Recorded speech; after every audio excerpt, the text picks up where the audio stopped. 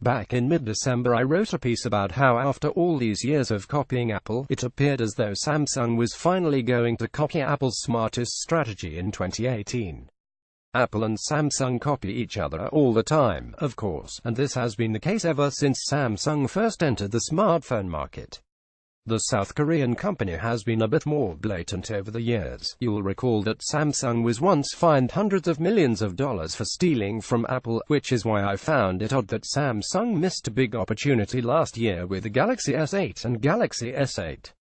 Once Apple finally copied Samsung and released a Plus model iPhone with a much larger display in 2014, Samsung copied Apple right back by changing up its Galaxy S lineup to mimic Apple's iPhones. So instead of releasing a small Galaxy S phone in the first half of the year and a large Galaxy Note flagship in the second half, Samsung started to release Plus versions of its Galaxy S phones, just like Apple's iPhone 6 and iPhone 6 Plus. Fast forward to 2016, and Apple made a brilliant business move. Instead of differentiating its iPhone and iPhone Plus handsets solely by display size, Apple could add special exclusive features to the Plus model to further encourage customers to choose it over the smaller iPhone. Apple's margins are much higher on Plus model iPhones, after all, as I explained back in December. When Samsung released the Galaxy S8 and Galaxy S8 the following year, though, it stuck to Apple's old strategy of releasing two identical phones with different display sizes.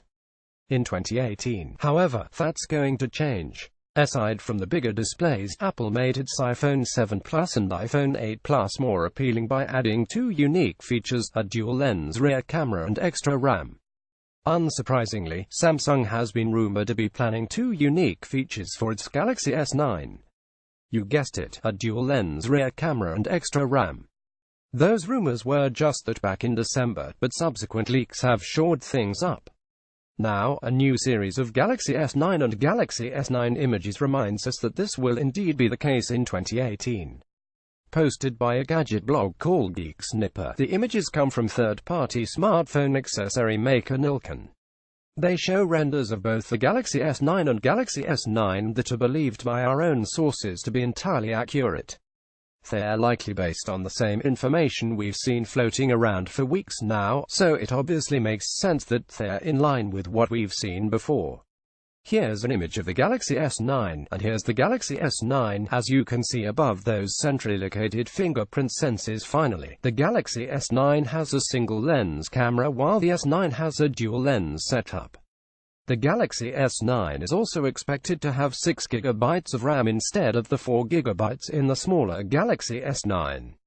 Both new phones should be unveiled next month, and we expect them to be released in March. Tags: Apple, Galaxy S9, Galaxy S9 Plus, Samsung.